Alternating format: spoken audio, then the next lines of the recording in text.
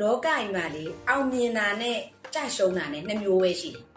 အောင်မြင်ခြင်းနဲ့ကိုယ့်ရဲ့စိတ်ဆန္ဒတာလေကိုနဲ့အဓိကသက်ဆိုင်တယ်ကမ္ဘာလောကကြီးကမျှတမှုဘာမှမရှိဘူးဘာကြောင့်အဲ့လိုပြောတာလဲဆိုတော့ဥပမာကွာကိုကြရှုံးနေတဲ့အချိန်မှာ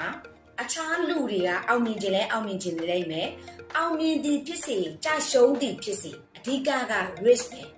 ကိုစွန့်စားရတဲ့တတိ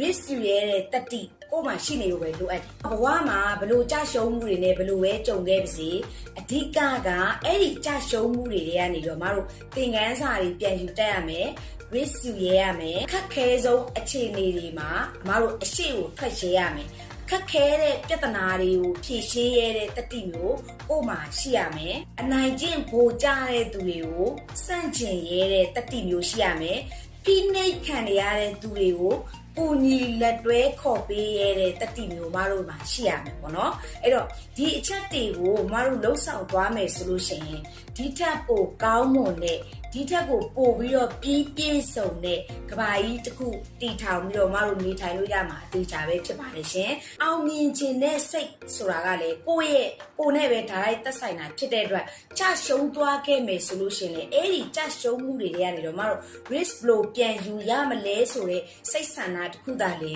ကိုနဲ့ဓာတ်ရိုက်သက်ဆိုင်ခြင်းဖြစ်ပါတယ်ရှင် online business စလုပ်မယ်ဆိုလို့ရှိရင်တချို့တွေကဟိုလူကဟိုလိုထင်မှာကြောက်လို့မိသားစုကဒီလိုပြောမှကြောက်အမျိုးသားကြောက်အမျိုးသမီးကြောက်အမေကြောက်အဖေကြောက်ကဲ့ရဲ့မှာဆိုလို့ထင်သေးမှာဆိုလို့အဲ့ဒီထင်မြင်ယူဆချက်တွေကမတို့နဲ့ဘာမှကိုဓာတ်ရိုက်သက်ဆိုင်မှုမရှိပါဘူးလုံးဝလည်းဓာ